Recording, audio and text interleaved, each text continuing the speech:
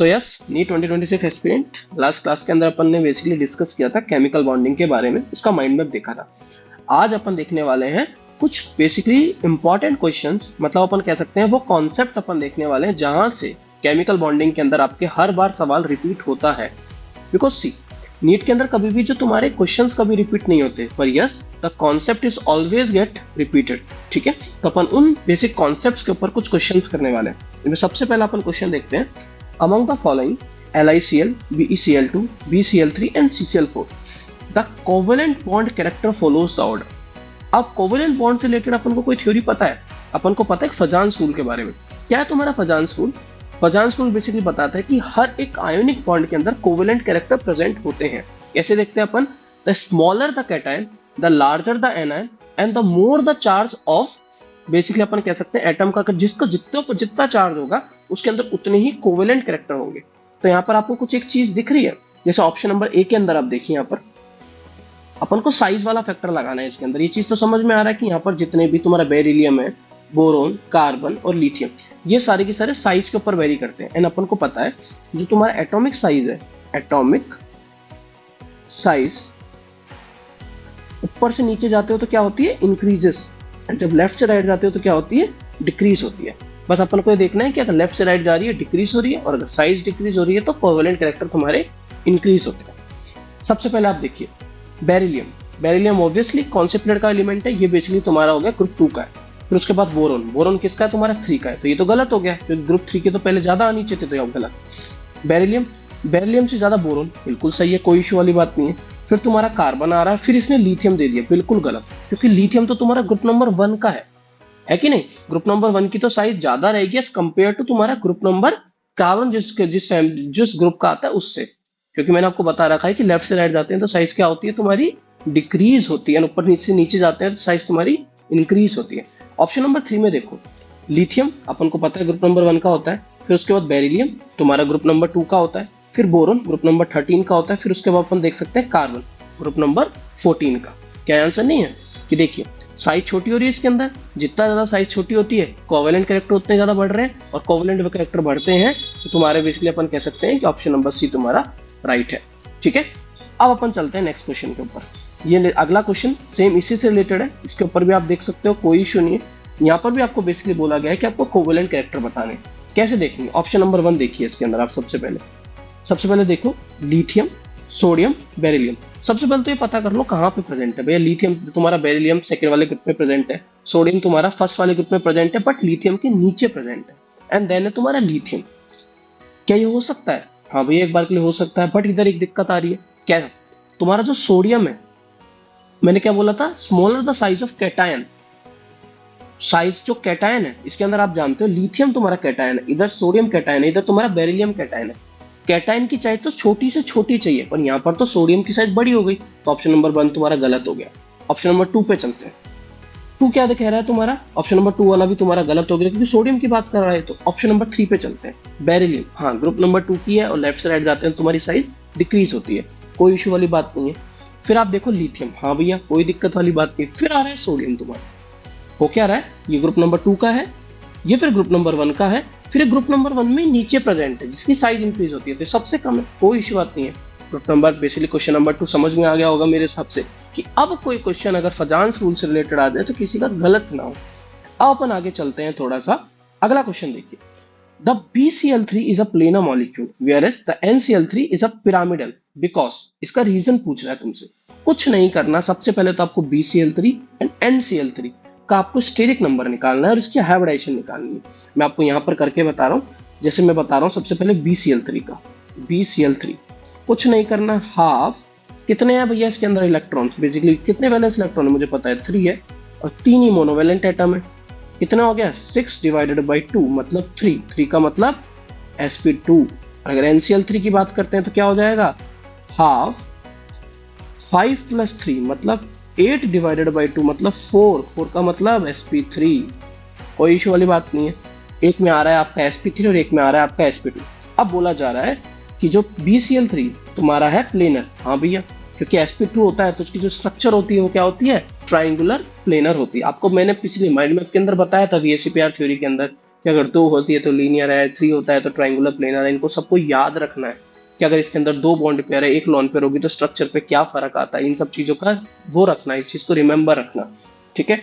अब आप देख सकते हैं NCl3 के अंदर तो ये प्लेनर मॉलिक्यूल है, whereas NCl3 is a pyramidal. क्यों भाई?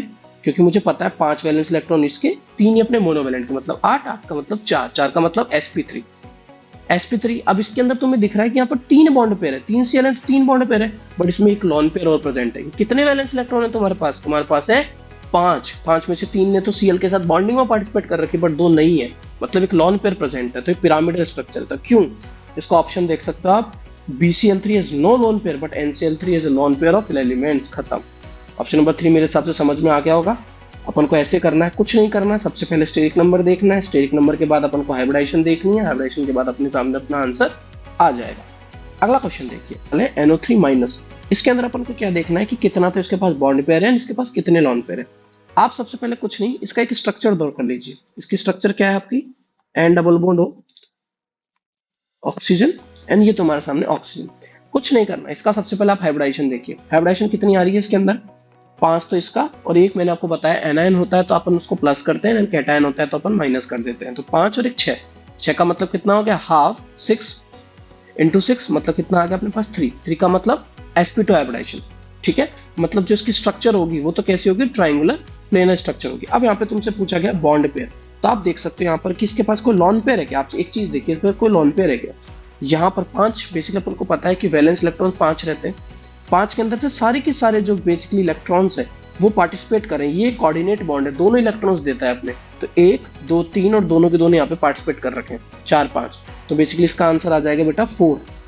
मतलब चारों के चारों इसके अंदर बॉन्ड पेयर है, लॉन पेयर इसके अंदर एक भी नहीं है।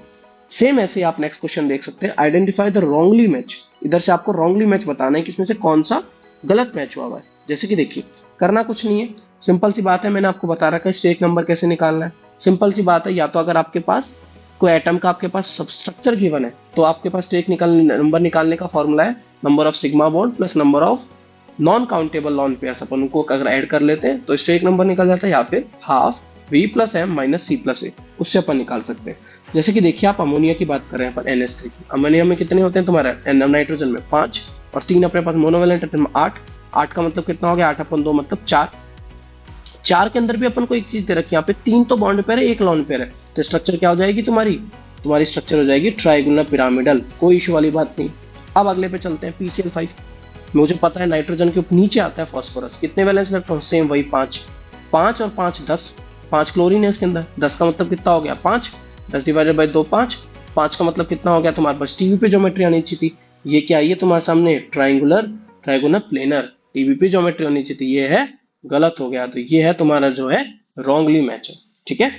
अब अपन नेक्स्ट क्वेश्चन पे चलते हैं, वो है तुम्हारे among the following which one will have the lone pair and repulsion. Lone pair repulsion की बात करनी है आपको। लॉन पेयर रिपल्शन किस में, मतलब बोल रहा है सबसे ज्यादा लॉन पेयर रिपल्शन किस में होगा।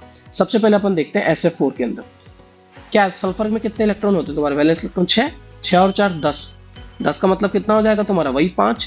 5 के अंदर से यहाँ पे 4 तो बॉन्ड पेयर है, 4 तो क्लोरीन, 4 बॉन्ड पेयर हो गया, 1 लॉन पेयर हो गया। यहाँ पे क्या है? जिनॉन का मुझे पता है 8 वैलेंस इलेक्ट्रॉन होते हैं, तो 8 और 2 10। 10 डिवाइडेड बाई 2 5। 5 के अंदर से 2 ही बॉन्ड पेयर है, 3 लॉन पेयर है, मतलब सबसे ज्यादा जो लॉन पेयर जो रिपल्शन होगा वो होगा तुम्हारा XeF2 के अंदर। अब देखो, लीनियर कॉम्बिनेशन बहुत ही इंपॉर्टेंट क्वेश्चन है, पूछा जाता है बहुत बार। बेसिकली इस कॉन्सेप्ट के ऊपर क्वेश्चंस पूछे जाते हैं, linear combination of 2 hybrid orbital. Basically अगर आप एक दूसरे के सामने ऑर्बिटल्स को लीनियर कंबाइन कर रहे हो of 2 hybrid orbitals belonging to 2 atoms and each having 1 electron lead to the formation of, अगर बेसिकली अपन कह सकते हैं हेड टू हेड ओवरलैपिंग। 2 तरह की ओवरलैपिंग होती है तुम्हारी, एक तो हेड टू हेड ओवरलैपिंग होती है, कोलेटरल ओवरलैपिंग होती है। अपन ने पढ़ रखा है कि कोलेटरल ओवरलैपिंग से पाई बॉन्ड्स के फॉर्मेशन होते हैं and head to head overlapping से तुम्हारा सिग्मा बॉन्ड का फॉर्मेशन होता है। अगला क्वेश्चन देखिए इसमें, which of the following is isostructural. Isostructural की बात मतलब कि जिनकी स्ट्रक्चर सेम है। किन किन ऐसे मॉलिक्यूल्स है? सबसे पहले तो देखिए, ये IF2 माइनस है, आप देख सकते हो इधर XeF2। 8 और 2 10। 10 का मतलब 5। 5 के अंदर से दो बेसिकली बॉन्ड पेयर और 3 लॉन पेयर है, तो ये भी लीनियर स्ट्रक्चर। ये देखिए 7 8 9 10, यहाँ पे भी 10। 10 में 2 bond pair 3 lone pair, basically iso structural, मतलब सेम नंबर ऑफ इलेक्ट्रॉन्स है, इनकी जो स्ट्रक्चर है वो भी तुम्हारी सेम आ रही है। कर सकते हो, कोई इशू वाली बात नहीं है इसके अंदर से। अब देखिए आपको ऐसा कोई क्वेश्चन कभी भी मिल जाए कि डी पाई बॉन्डिंग पूछ रहा है, डी पाई बेसिकली डी पाई पी पाई बॉन्डिंग के रिलेटेड पूछ रहा है, कुछ नहीं करना, तुम्हें देखना है किसके पास डी ऑर्बिटल्स प्रेजेंट है। यहां पर अपन चालू करते हैं कार्बन के पास। क्या कार्बन के पास डी ऑर्बिटल्स होता है? नहीं होता, क्योंकि सेकंड पीरियड का एलिमेंट है। थर्ड पे होता तो हो जाता, सेकंड के पास कोई डी ऑर्बिटल नहीं होता, और ऑक्सीजन भी तुम्हारा सेकंड का ही है, ठीक है। फॉस्फोरस तुम्हारा थर्ड पीरियड का है, ऑक्सीजन तुम्हारा सेकंड पीरियड का है। यहाँ पे आराम से आप डी पाई पी पाई बॉन्डिंग कर सकते हो। इसका जो सोल्यूशन है वो थोड़ा बेसिकली बेटा कॉम्प्लिकेटेड होता है, पर आप इससे पहचान सकते हो, आपको कोई क्वेश्चन गलत नहीं होगा, ठीक है। अपन अब आगे चलते हैं, अगला क्वेश्चन देखते हैं। The correct order of increasing bond order in the following triatomic species is.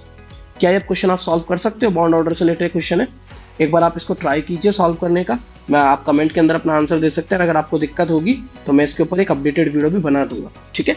Bond order का एक क्वेश्चन ये है जिसको मैं आपको करने के लिए बोल रहा हूँ, क्योंकि इसमें थोड़ी सी कई चीजें हैं, अगर तुमने एक बार माइंड मैप को रिवाइज किया होगा तो तुम आराम से क्वेश्चन को कर लोगे। अगला क्वेश्चन देखिए, BF3 is a planar and electron deficient compound. Hybridization is the number of electron around the central atom respectively. कुछ नहीं करना, सिंपल वही है, कितने इलेक्ट्रॉन्स है, क्या है क्या नहीं है, जिस तुम देख सकते हो BF3 के अंदर 3 और 3 6, 6 का मतलब 3 का मतलब sp2 and 6, ठीक है। अब देखिए अपन देखते हैं बॉन्ड ऑर्डर। MOT से रिलेटेड खूब क्वेश्चंस अपने आते हैं, MOT को याद करके जाना, देख कर जाना कि N2 के अंदर, पहली बात तो अपन N2 डायटोमिक मॉलिक्यूल्स की बात करते हैं, नॉट ट्राइएटोमिक मॉलिक्यूल, ओनली डायटोमिक, कोई सा भी हो सकता है बट डायटोमिक मॉलिक्यूल होगा। हाँ, अब देखिए आप अपन अगला क्वेश्चन देखते हैं, question number 12। Which of the following has the highest bond order. किसका सबसे ज्यादा बॉन्ड ऑर्डर होगा? कुछ नहीं करना, आपको क्या देखना है, पहली बात तो देखो बॉन्ड ऑर्डर निकालते कैसे। अपन ने माइंड मैप में भी देखा था कि half bonding minus anti bonding, मतलब बॉन्डिंग में जितने इलेक्ट्रॉन प्रेजेंट है बॉन्डिंग में, और जितने एंटी बॉन्डिंग में प्रेजेंट है उसको माइनस कर दो एंड तुम्हें उसका बॉन्ड ऑर्डर मिल जाएगा, कोई इशू वाली बात नहीं। अब इसके अंदर मैं आपको पूरा MOT का डायग्राम बना के बताऊंगा, बहुत ज्यादा कॉम्प्लिकेटेड हो जाएगा।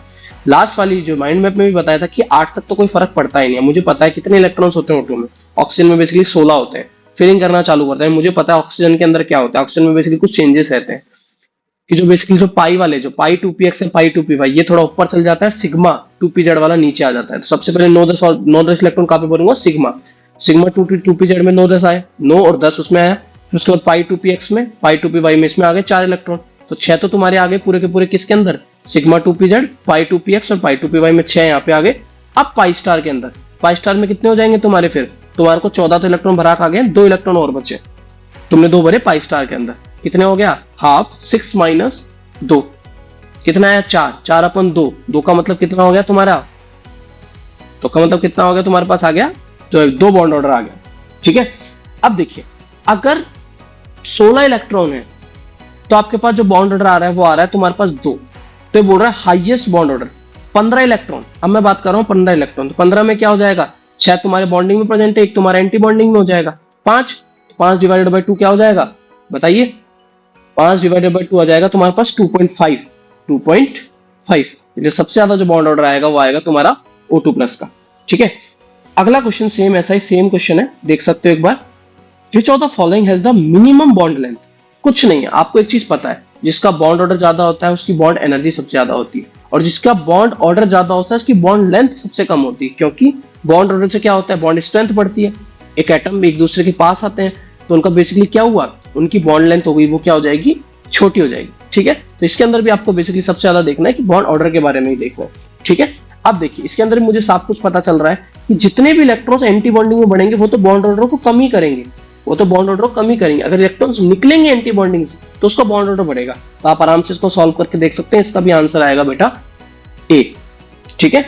अब देखिए क्वेश्चन नंबर 14 में क्या दे रखा है तुम्हें, क्वेश्चन दे रखा है 14 के अंदर तुम्हारे को, पहली बात तो इस चीज को थोड़ा ध्यान में रखिए, जो तुम्हें O2 वेज दे रखा है ये O2 2 माइनस नहीं है, ये O2 2 माइनस नहीं है, ये है बेटा C2 2 minus, carbon C2 2 minus, ठीक है।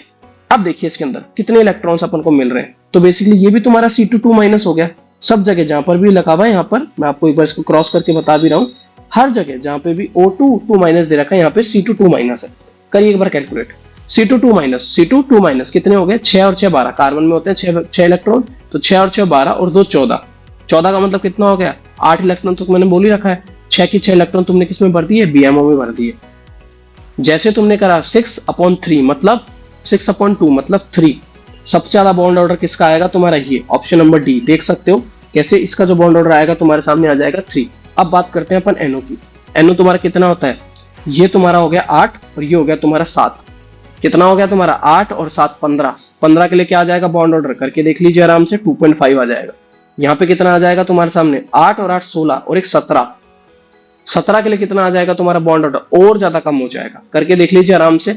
16 3 इलेक्ट्रॉन तुम्हारे एंटी बॉन्डिंग में भरा गए, तो 3/6, 6 का मतलब 1.5, और इसका जो बॉन्ड ऑर्डर आप कैलकुलेट करोगे वो आएगा 0.5।